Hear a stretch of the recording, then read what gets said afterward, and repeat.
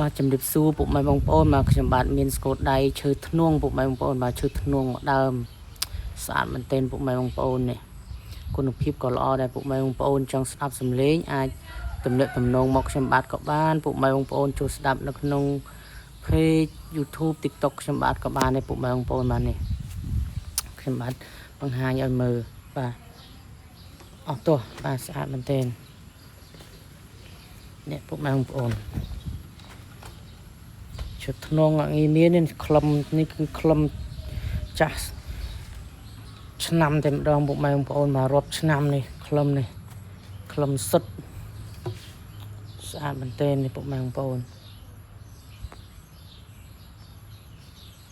អស់ទោះតែម្ដងបាទចឹងពុកម៉ែបងប្អូនត្រូវការអាចកំងឲ្យបានមុនគេពុកម៉ែបងប្អូនបាទមានតែមួយដើមហ្នឹង